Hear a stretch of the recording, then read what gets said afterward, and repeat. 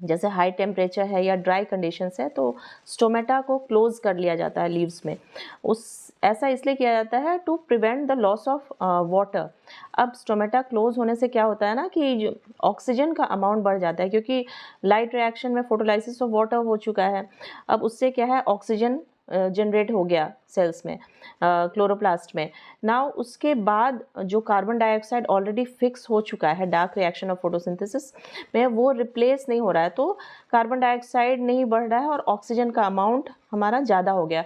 तो इस केस में क्या होता है ना कि रुबिस्को है ऑक्सीजन के साथ रिएक्ट करने लगता है, उसका ऑक्सीजनेज एक्टिविटी हो जाता है। तो इस कंडीशन को हम कहते हैं कि फोटो रेस्पिरेशन स्टार्ट हो गया है, और इससे जो फोटोसिंथेसिस की एफिशिएंसी है वो रिड्यूस हो जाती है, क्योंकि यहाँ पे कार्बन डाइऑक्साइड का फिक्सेशन नहीं हो रहा है।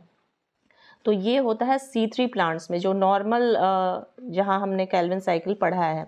लेकिन कुछ ऐसे भी प्लांट्स होते हैं जिन्हें C4 प्लांट्स कहते हैं, वहाँ पे कार्बन डाइऑक्साइड का फिक्सेशन मैकेनिज्म डिफरेंट होता है। वो इसलिए होता है क्योंकि इसमें जो क्लोरोप्लास्ट होते हैं वो दो तरह के होते हैं। यहाँ पे आप जैसे देख रहे हो C4 प्लांट्स में जो क्लोरोप्लास्ट है, ये बंडल शीथ है अंदर में जो वेस्कुलर बंडल्स को सराउंड किया हुआ है, तो वहाँ पे भी क्लोरोप्लास्ट प्रेजेंट होते हैं और उसके पेरिफेरी में प्रेजेंट होते हैं। और ये क्लोरोप्लास्ट लार्जर साइज के होते हैं और इसमें ग्रैना नहीं होता है, राइट।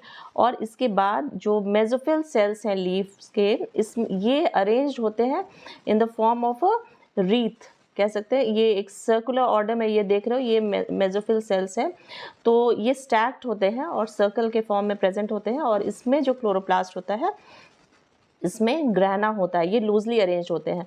और ये सारे बंडल शीथ क्लोरोप्लास्ट ये पेरिफेरल रीजन में प्रेजेंट है। अब इसमें क्या होता है कि केल्विन साइकिल जो होता है वो बंडल शीथ क्लोरोप्लास्ट में होता है और मेसोफिल सेल्स में partial fixation of carbon dioxide होता है। तो इसमें कोई भी फोटो रेस्पिरेशन का सीन नहीं होता है, क्योंकि इसमें रुबिस्को एंजाइम यहाँ पे प्रेजेंट नहीं होता है। इनिशियल जो फिक्सेशन होता है, जो पार्शियल फिक्सेशन होता है, जिसमें कि एसिड, मैलिक एसिड का फॉर्मेशन होता है, वो होता है बंडल शीथ क्लोरोप्लास्ट में।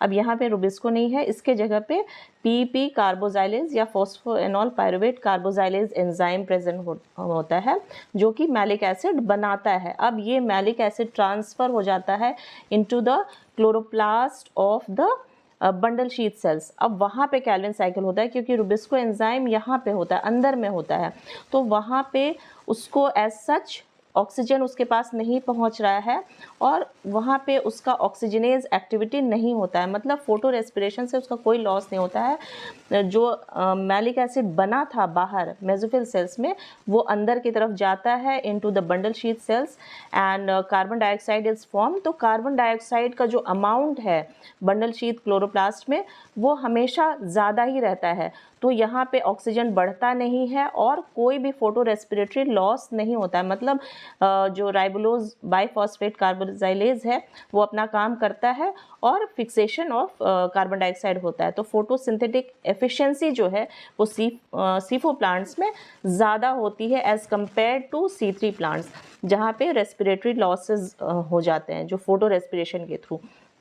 तो यहाँ पे जो दोनों स्टेटमेंट है, यहाँ हमारे दोनों स्टेटमेंट वो सही है। जो यहाँ पे आप देख रहे हो कि C3 plant some O2 binds to rubisco, hence CO2 fixation is decreased, which is quite true।